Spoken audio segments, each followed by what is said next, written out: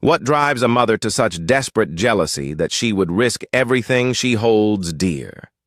In the shadowy corners of Greek mythology lies the haunting tale of Aedon, a queen whose envy led to unimaginable tragedy and eternal sorrow. In ancient Greece, stories weren't just entertainment. They were mirrors reflecting the deepest truths about human nature. The Greeks understood that even the most noble hearts could harbor darkness, and that the gods often punished mortals not for their crimes, but for their inability to control their most human emotions. Our story begins in Thebes, that legendary city that witnessed so many of mythology's greatest tragedies. Here lived Aedon, queen and wife of Zethus, one of the twin founders of the city. Aedon possessed everything a mortal woman could desire: royal status, a devoted husband, and most precious of all, a beloved son named Aedolus. But contentment proved elusive for Queen Aedon. Her heart burned with a consuming jealousy toward her sister-in-law, Niobe. This wasn't ordinary sibling rivalry. Niobe had been blessed with 14 children, 7 sons, and 7 daughters, while Aedon had only her one precious boy. Day after day, Aedon watched Niobe's children play in the palace courtyards. She listened to their laughter echoing through the halls and felt her envy grow like poison in her veins. Why should Niobe have so many children when she, equally deserving, had been granted only one? The Greeks believed that envy was one of the most dangerous emotions, capable of driving even good people to terrible acts. Aedon's jealousy consumed her thoughts, twisted her dreams, and eventually corrupted her judgment entirely.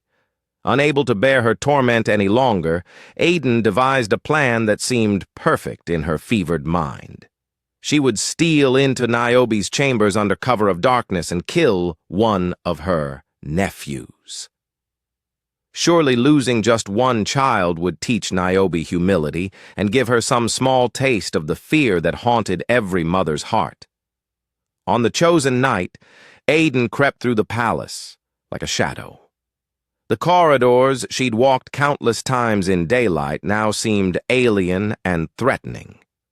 Her heart pounded so loudly she feared it would wake the entire household. She found the children's chamber and approached the bed where her target lay sleeping.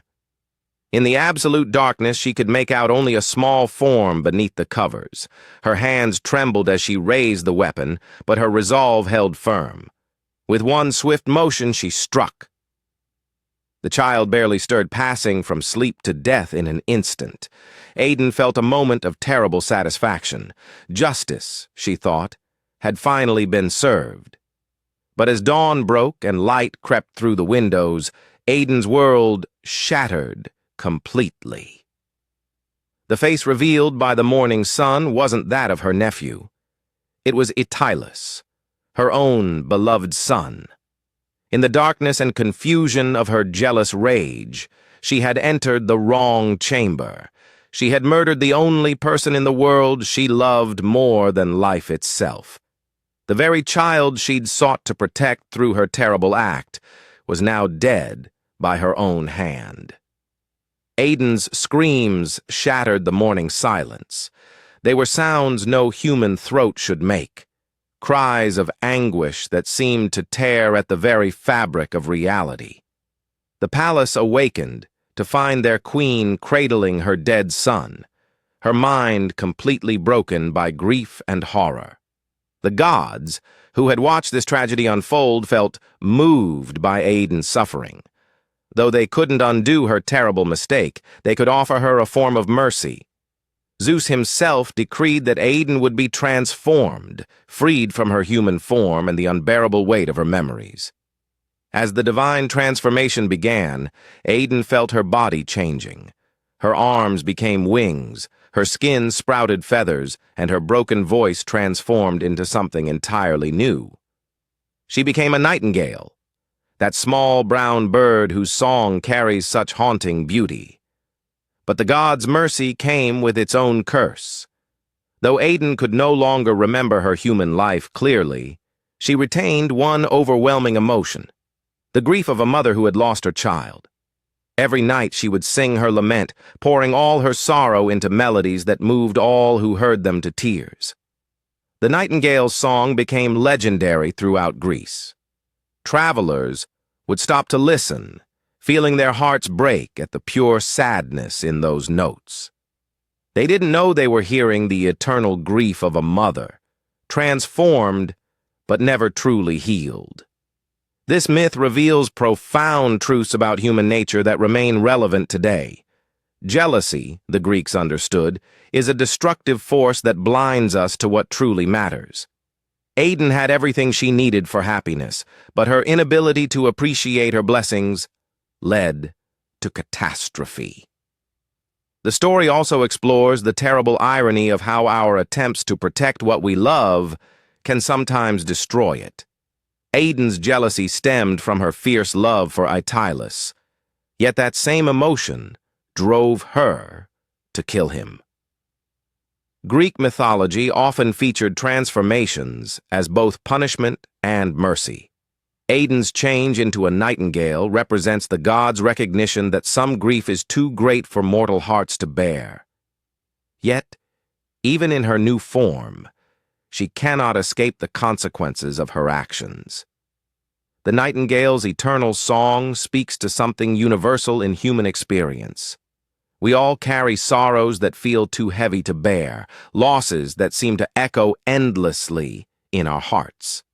Aedon's transformation suggests that sometimes our pain becomes so much a part of us that it defines our very existence. In ancient Greece, the nightingale's song was considered one of nature's most beautiful sounds. The Greeks found profound meaning in the idea that such beauty could spring from such terrible sorrow. It suggested that even our deepest pain could be transformed into something that moves and inspires others. Poets throughout history have drawn inspiration from Aedon's story.